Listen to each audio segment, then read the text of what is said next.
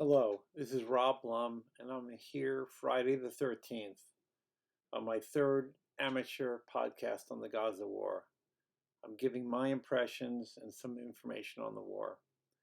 Follow me on Facebook to see some of it, to know really why we fight, to coin the World War II phrase, and go to Facebook to Rob Blum. There'll be an image of City Field for security reasons.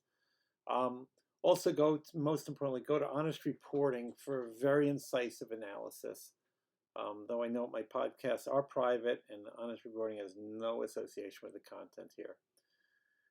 Today is the Hamas Day of Rage and protest for Hamas supporters around the world. At this recording, a teacher at a Jewish school has been killed in France. An Israeli embassy employee in Beijing has been stabbed, and God knows what else has happened. Jewish institutions worldwide are on alert. My wife was at this kosher supermarket today. She said it looked like an armed camp. There's so many humanitarian needs resulting from the massacre, the Hamas pogrom. 1,300 dead and 3,000 or plus wounded. I've personally been spending my time focusing on the road ahead, trying to help however I can in two ways: helping supply Israeli soldiers and pursuing and supporting the public relations war through honestreporting.com. Honest Reporting is a media accuracy organization in the war of truth, and them doing their job properly helps give Israel more time to destroy Hamas. That is before the world stomps its feet to stop. Because the media has an enormous impact on the timing of that. And hopefully when they do stomp their feet to stop, Israel doesn't listen and just finishes the job at hand, which, in the words of Barack Obama, is to dismantle Hamas. Give another quote. As Golda Meir once said, let me read this: if we have to choose between being dead and pitied or being alive with a bad image, we'd rather be alive with a bad image. And I think that's the choice Israel faces today. Since we last spoke, it has been a heartbreaking cascade of bad news and of emotional exhaustion. The news of the individual incidents of brutality and the photos of burnt children's bodies. I mean, all this stuff keeps emerging, focusing us on the fact that Hamas really is ISIS, and we have to fight them to the death. Israeli, I mean, just like these really, what people don't seem to understand is these are the killers and destroyers of Western civilization everywhere. They have a common agenda. You see them, unfortunately, in cities around the world now, college campuses where the brainwashing is intense. It's disgusting. Specifically, we've seen video and verbal news about gleeful Hamas terrorists raping, torturing, killing Israeli civilians of all ages last Saturday, and many were burnt alive. We've heard confirmed stories of decapitation of babies, shooting of babies, and young children in their bodies and then their heads in front of their parents. One story, and this is a confirmed story, of several women who were raped at the music festival by Hamas terrorists. The terrorists got them to get their parents on their phones, and then they webcast the rape of the daughter. The terrorist webcast to the families the rape of their daughters before killing them. I mean, that was conceived in advance as a strategy of terror, and an inhuman one. I heard a story of, they have these girl soldiers who watch the cameras on the border in a base near the border. One of the women soldiers calls her father and says, "We're under attack." The father was a reserve soldier himself, and he was armed. He rushed down to the base, and only to find, unfortunately, his daughter lying dead with over a dozen of her colleagues, other girl soldiers who did this. I mean, the flower of the nation destroyed. It's horrible. Um, there have been nonstop funerals. I have a friend, an Oleg friend from New York and Argentina. I'm going to read to you what he wrote me today. And this is, by the way, my synagogue in Tel Aviv has been sending out texts that they need 4 people to bury graves. There's a shortage of people to dig graves. And so, they're reaching out for people to dig graves. So he said, today I dug a grave for a person that I don't know. Today I stayed for a burial of someone I will never meet. Today, in my almost non-existent Hebrew, I learned that his name was Binyamin, that he was 20 years old and he will never get to be 21, that his mother doesn't know how life can continue without her loved son, that his dad doesn't speak much Hebrew and prefers to say his speech in Ethiopian, and that his sister wants him to watch over them from heaven, the way he watched over all of Israel until today in this world. Today I learned ever so slightly what it is to be Israeli and Jewish, the way all our ancestors were, persecuted for being Jewish. Today I buried Am Yisrael's cousin Binyamin, my cousin Binyamin. And by the way, to the warriors of progressives, this was an Ethiopian Jew, okay? And Ethiopia, this is not a white Jew like me from Northern Europe. So usually, they judge justice by the shade of the skin color. So I'd like them to explain to me why this young soldier Binyamin should die. Everyone in Israel has a story or several like this, almost as a therapy for recovery, not waiting for the government. Israelis have been instantly unified and united against all the political crap we had just weeks ago. And they've gone into action with lightning speed. And I see it in my agonizing daily routine. I mean, it's been horrible. I wake up at 6:30 or so, and there are like 50 WhatsApps from friends in Israel, sharing grief and stories like the stories I just told you, also thanking for expressions of support. It's a big deal for them when they get these calls or texts from America and elsewhere, from distant contacts they haven't talked to in years, saying, "How are you? We are with you. You are not alone." If you know people in Israel, no matter how distantly, please reach out to them that way.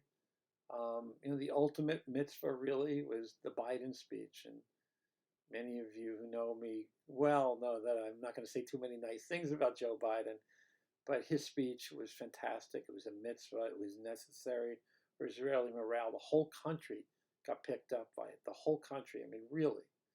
And it was heartfelt, which you could see. Going back to those morning WhatsApps, they also tell me the story of the enormous instantaneous mobilization of Israelis to do so many things. Housing refugee survivors from the apocalypse in the South, all around the country, arranging food, finding toys for these kids, finding mattresses and places to live near family for support. Social workers, shrinks, rabbis, everyone in Israel is coming to the aid of these thousands of refugees at once, and it's heartwarming. Some people are not handling the pressure so well psychologically, and they'll probably be scarred forever, but people are helping like a community, like one. Joanne and I are frustrated as hell. We want to be back. Our suitcases are packed in the living room like we're refugees, because we were supposed to go last Sunday. Our hearts are there, but I keep telling her that we're more valuable for Israel here in New York, as much as that hurts. So going back to the WhatsApps, there are the appeals for supplies. You should go to my Facebook page. There's a cool 4-minute video I have there from a group that literally sprung overnight to collect supplies of all sorts, and it's like a massive operation. It's amazing. In Israel, there's an expectation: don't wait for the government to do something, do it yourself, and it's working out in spades there. And there are massive efforts and there are small efforts, and even in my buildings, nine apartments in my building in Tel Aviv, a neighbor posted in the WhatsApp group, does anyone have a spare mattress for a friend from the South to crash in my apartment for a couple of weeks? Because they evacuated the South and, people want to feel a little safer. Um, People are also looking for supplies from military units. That's a big thing. There are people looking for, lots of heavy duty supplies, and I've helped in one of those efforts, which, God willing, with some um, retired American Navy SEALs, hopefully yield something. But also at the micro level, because all soldiers in the country are our children. They're really treated like our children. They're everyone's served, so they are everyone's children. Um, Joanna, she spent a ton of time on this. We spent half a day tracking down stuff for a tank unit in the South. A friend's son is in this unit, and they were missing basic supplies like Nomex fireproof gloves, tactical goggles, Cree headlamps, socks, etc., etc. Um, so, I found a sympathetic Army surplus dealer. I sent to my friend, I sent the link to their online catalog, and we went to sleep. We woke up, and the boys in the unit had put together a Christmas list from the catalog, the shopping list. We ordered the stuff online. Joanna has to drive to Long Island first thing tomorrow morning to get it. And then we had to find a way to get it to Israel. And we tried all kinds of ways. And finally, she found through WhatsApp, through online, she found a guy who was in her Hebrew Ulpan course who happens to be going to Israel tomorrow night. So she's going to get the stuff, repackage it, bring it to his apartment, and he's going to mule it to Israel, where my friend will pick it up at the airport and drive down to Gaza to bring it to his son's unit. It will be hopefully it's going to be a good pick-me-up and stuff they really need.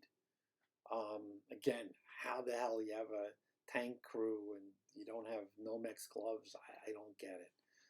But in any event, and we won't get a tax deduction for that one, but it might be the most meaningful gift we ever make.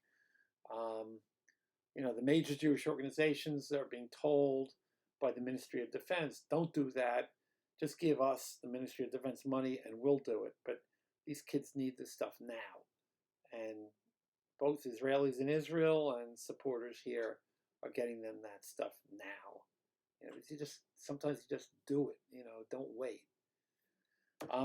So many people in the U.S. are helping out Israelis, by the way, with doing these things. But, frankly, so many people here are not. And I got to tell you, I have an even lower impression than I had before of many self-appointed Jewish community representatives. They seem to want to just get Jews and other Israeli supporters together for kumbaya sessions or to like Israel on social media. And I don't know what the hell else they're accomplishing. I've seen fundraising numbers are not overly impressive. I compare this to 73 when I was 13, the Yom Kippur War, where the whole community came out and acted as one, and it was enormous. Today, you're seeing that mostly from the Orthodox community, not so much from anyone else. There's the sense that Jewish communities aren't as connected. I mean, frankly, I'm seeing better support in some ways from the Christian community, from the real Christian community. In any event, I had a fight in my neighborhood, not in my neighborhood, with Jewish establishment in my area. Not a fight, but disagreement. I said, everyone's got these Ukrainian flags on their lawns and on their. Why don't we have Israeli flags out now in solidarity? You should have yellow ribbons. We have American hostages have been taken. Where is the effort? And it's a long story, but I tried to get a community meeting. There's some well-meaning people who want to do lawn signs, but these people can't agree on anything. And, probably next year before that happens. So in any event, that's why am I even talking about this? It's an aside. Let's go back to Israel. As I tape this, central Tel Aviv is under rocket attack, and hopefully our rooftop apartment is still in one piece. It's funny. One of my sons asked, "Dad, do you have rocket insurance?" And I really never thought of rocket insurance. I don't know. So, fingers crossed. Um, there has been some back and forth artillery fire on the northern border. As I've said before, I think Hezbollah, which really means Iran, is I think they're deterred from a full-fledged assault on Israel at this point, simply because the Iranians are so close to having a nuke. Why screw it up now by having Hezbollah get into this, and then Iran is the address for retaliation, and then what did Israel do? Do they blow up the refineries? Do they go after nuclear?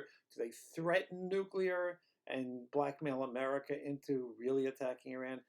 If I'm Iran, I don't want any of that. So hopefully, um, we avoid a big war with Hezbollah. But then again, they have to show solidarity with Hamas, and so there'll be some action, and hopefully a miscalculation doesn't blow up that front. The one thing I think Biden should have done, I thought his speech was fantastic, but the one thing he should have done, instead of sending 2 carrier task forces to to the Eastern Mediterranean near Israel, I would have sent one of those to Iran, to make clear this is the address. Now, we know that this administration is warmed over Obama administration, and they have this thing for using Iran to balance power in the Middle East, but know who your friends are. Anyway, on the West Bank, I'm really not as sanguine, and it could really get ugly, in my opinion. Hamas has significant strength there, and whether or not they miscalculated, kill that. I told you I'm an amateur. Whether or not they miscalculated or not, I think that Hamas, when they're hit full on, and Israel really goes for it like they think they will, like all of us think they will, that Hamas will activate the West Bank allies, when we invade Gaza, and I wouldn't underestimate the absolute savagery of Hamas's Muslim Arab people. I mean, the savagery of Muslim Arabs, period. And I know this sounds racist. It isn't every Arab, but we've had a lot of experience with it. You can go back to the Hebron pogroms in 1929, which, by the way, that's where a lot of the Hamas people are. Okay, so it was their grandfathers. In 1920, the friendly Arab neighbors that the Jews lived with for generations there, okay, in an instant, they turned on their Jewish neighbors of generations. It's human nature. When you uncork, like deep-seated animosity finally gets activated, it can explode in like orgiastic violence. I mean, you really go read a book about Ukraine or Belarus from the beginning of the 20th century to the early 20s. Okay, it's just the way people are. It's not just the Arabs. I mean, it was the Ukrainians too. But it's just people who hate. Hatred is so powerful, and violent hatred can be activated just like a spark with dry straw. And I'll tell you, we got a note from someone in Zichron Yaakov. It's a beautiful coastal wine country type town in the north of the country of Israel. It's like Napa Valley. It's beautiful, great place to tourist. And these are all very liberal Anglo community, blah, blah, blah, blah, blah.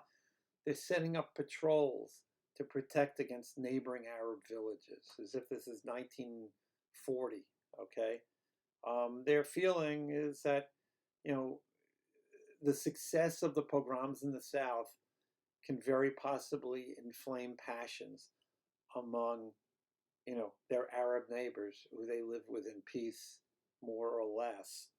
but you never know what underlying resentments there are, and the cork comes off the bottle again, and the bloodthirst shows itself. And like that, and that's within Israel. I mean, the ultimate nightmare is Israel's internal population. It's a true fifth column. It's a fifth of the country.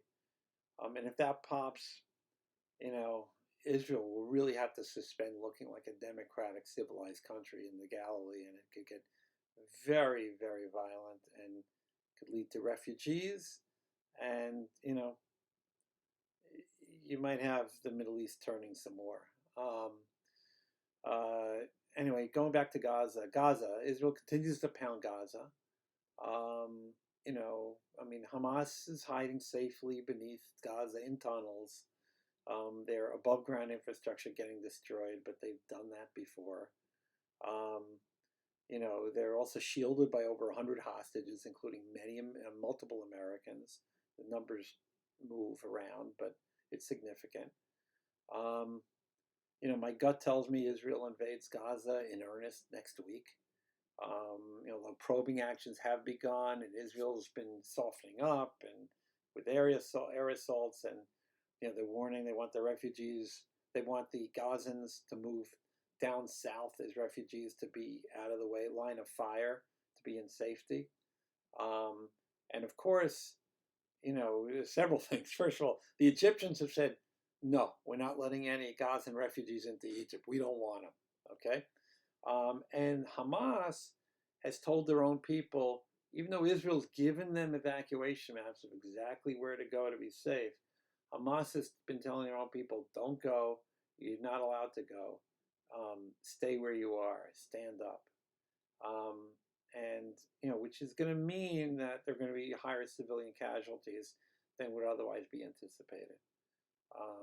On that score, Article 29 of the Fourth Geneva Convention clearly places responsibility in that fact pattern on Hamas for civilian casualties, because they're interfering in Israel's attempt to protect civilians. That's international law. Now, I fully know Israel will still take the blame in the press, not Hamas, because the world would rather Jews continue to die for the benefit of the Gazans, of Gaza. Because remember, these efforts are all designed to both reduce civilian casualties, Gazan civilian casualties, but also Israeli casualties. And ultimately, Israel owes its responsibility to its own people, not to the Gazans, not to Hamas. So again, but this is a matter of international law that Hamas is violating. Israel's barred food, water, and fuel deliveries into Gaza, and everyone is going crazy about that, and that's uncomfortable for sure. Saying that they're barred until the hostages are released. It's worth noting that Egypt hasn't said we're going to step up and provide food, water, and fuel deliveries. But, everyone focuses on Israel. Why does Israel have an obligation to do any of those things, by the way? So the international is calling it collective punishment of the Gazans. Israel's doing it to get its hostages back, and you could call it collective punishment on Israelis that those hostages have been taken, civilian hostages, children, babies, women, senior citizens have been taken to Gaza as hostages. And again, it's important to stress that the Gazans democratically elected Hamas in 2006 as their leaders. And there are people who say, I just had a lunch with somebody who said, well, half of Gaza didn't vote for Hamas. And that election was long ago. It was 2006. How could you say, that the people are responsible for Hamas? I'll tell you something. In 1933, 37% of German voters voted for the Nazi Party. 37%, not 50, not 52, not 4, 37%. Regardless, when World War II came, we bombed all the Germans to smithereens. That's a very old word. That sounds like a Joe Biden word, smithereens. It was ugly. But when we firebombed Dresden alone, we killed 25 to 35,000 civilians in a day. In the Iraq and Afghanistan wars, close to 500,000 civilians were killed. Okay, I'm not making a case for killing civilians, but I'm making a case for the fact that Israel's got to be able to prosecute this war to, in Obama's words, dismantle Hamas to protect its own people. Okay. Finally, I just want to say I'm proud of my staff at Honest Reporting, working shorthanded. Benzie, our graphics guy's in a tank somewhere now, and others were shorthanded on all sides. We've gotten some amazing content out, done some great things to really impact journalistic reports that and on TV I can't disclose, but really good stuff. The moral equivalency bug, though, has started to reinfect the mainstream media, and we're going to have a lot of work to do correcting myths and lies as things heat up in Gaza, because, again, the longer we can keep control of those lies, and keep it kind of balanced, let people see two sides, the longer Israel may have to finish this out properly. So please go to honestreporting.com to contribute. Follow us in all the various social media stuff. We have great video stuff, great stuff. I mean, had stuff the other day, video of Hamas digging up water pipes to turn them into rockets. Okay, I mean, that's talk about taking care of your civilians. But like I said, the public opinion battlefield is almost as important as the kinetic one, and it buys time for the kinetic one, so help us. Anyway, that's what I have for you today. Stay safe. Keep your fingers crossed for the best outcome, a clean and relatively bloodless Israeli victory. But, prepare for the worst. Shabbat Shalom, and thank you very much for listening.